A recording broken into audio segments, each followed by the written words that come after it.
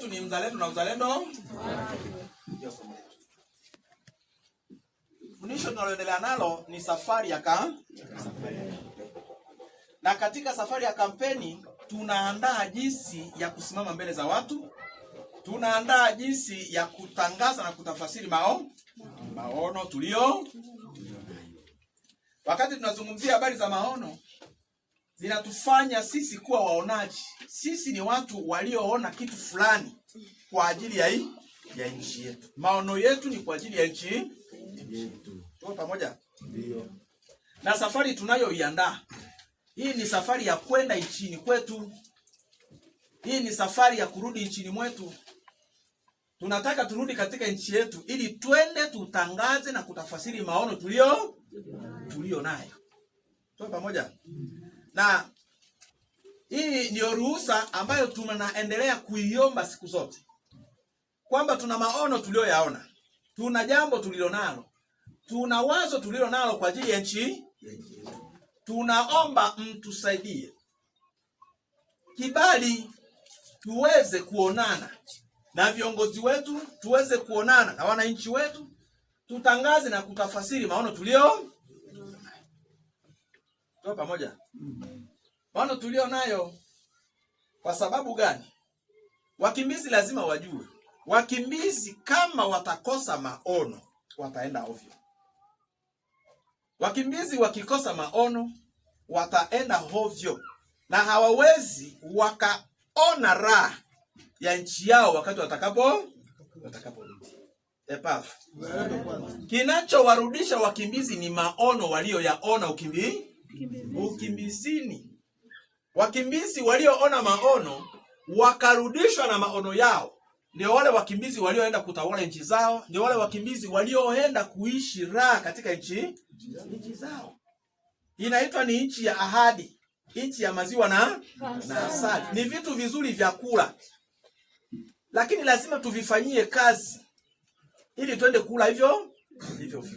Sasa hatuwezi tukafanya hiyo kazi kama hatuna maono. Tunachojifunza ni jinsi ya kusimama mbele za watu, ni jinsi ya kutangaza hayo maono. Matumaini yetu, matarajio yetu, tunatarajia siku moja tutasimama mbele ya raia wa Kongo. Tunatarajia siku moja tutatangaza na kutafasiri maono tulio nayo.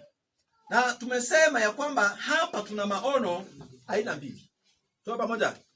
Tuna maono mawili. Tuna maono kwa ajili ya uongozi wa nchi yetu, na tuna maono kwa ajili ya wananchi wa nchi yetu. Tuna maono kwa ajili ya nchi yetu na tuna maono kwa ajili ya wananchi wetu. Sasa haya maono yote yanatulazimisha sisi kwenda katika nchi yetu. Tuko pamoja? Safari yetu ya kwenda katika nchi yetu inatakiwa kuwa safari ya kwenda kusimama, kwenda kutangaza. Ndio safari tunayoiandaa. Hii safari kwa sababu ni safari kubwa. Sio safari ya maficho. Epafu. Hapana.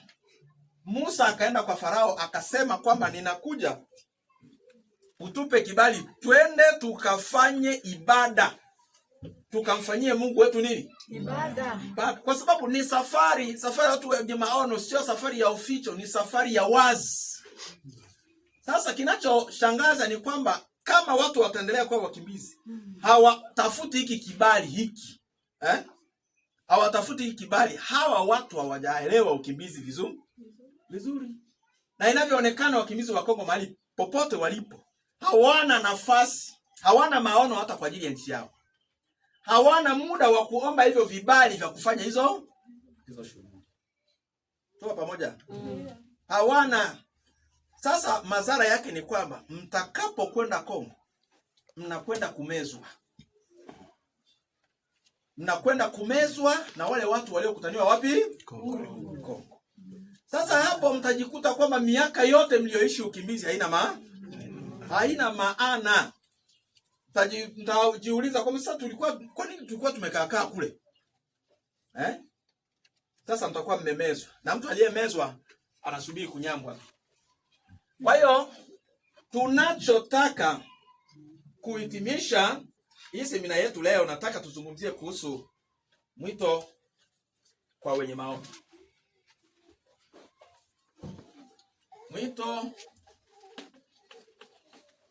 Mwito uko wenye maono. Mwito uko wenye maono.